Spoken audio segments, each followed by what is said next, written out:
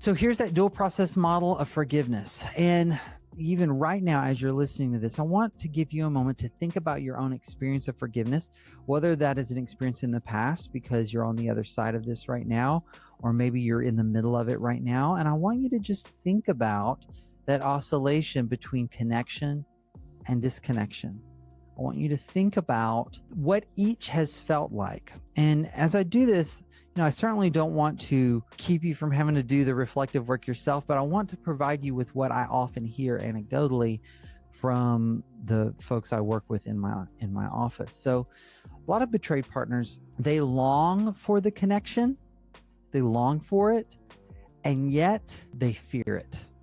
Okay, so they long for it and then it shows up and their anxiety goes through the roof. They long for it, they get a taste of forgiveness, and suddenly they go back behind their wall. They lift their shield up again. Of course you do. That makes perfect sense, because what would happen if I trust it? What would happen if I believe it? So I want you to see how this is a moment for the decisional forgiveness act. And here's what I mean. So you just gave me the very thing I've been wanting. You just gave me empathy. You just sat with me in my pain.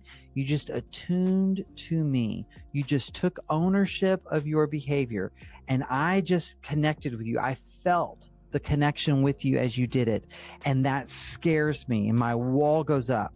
Decisional forgiveness in this moment doesn't necessarily mean you come out from around the wall. It might mean I take one brick out of it. Okay, I'm going to take one brick out and I'm going to try to sit in this and sit with this a little bit longer. But it might mean that right here on the other side of my wall, decisional forgiveness means I'm going to accept what you just did for what it was. No, yeah, but no bringing up the next 20 reasons why, you're still not okay with me, buddy.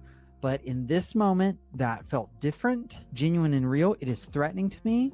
I'm not saying I'm ready to dive in, but I'm going to take it. That is forgiveness. Because part of me is saying, you don't deserve for me to believe you. You don't deserve for me to take that in. You don't deserve for me to trust what you just said. But you know what? I'm choosing to not act based on what I think you deserve. I'm choosing instead to just take that for what it is, self-contained. On the other side, disconnection. For a lot of betrayed partners in this, going through this healing process, and they're on this journey toward forgiveness, on the disconnection side of things, what they feel there is, I see him doing work. Yeah, it's not perfect, but I see him doing work. I'm just not sure. Do I even want this?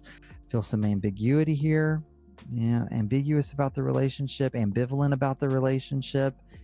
Maybe I want it, maybe I don't. What's the opportunity for decisional forgiveness there? Again, I'm not talking about emotional forgiveness. I'm not talking about altogether forgiveness. I'm talking in that moment. Okay, so I can see that you're still acting there. I can choose to see it for what it is without, getting all wrapped up in the, yeah, but what if I trust it? And what if does it, if I acknowledge it, does that mean that I send you a wrong message, or I'm saying I'm all in, or nope, none of that. I'll see it. I'll take it for what it is. And just allow yourself to oscillate back and forth between these two. I hope that's kind of helpful. And again, I just want to say what a powerful reframe of that oscillating experience. That, again, I want to say it because I think it's so powerful.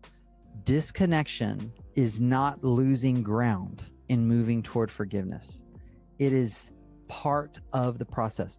Like I've said in many of my other webinars, rupture is going to happen. Disconnection will happen. The repair afterwards, the reconnection afterwards, that happening consistently over time, that is where security gets developed.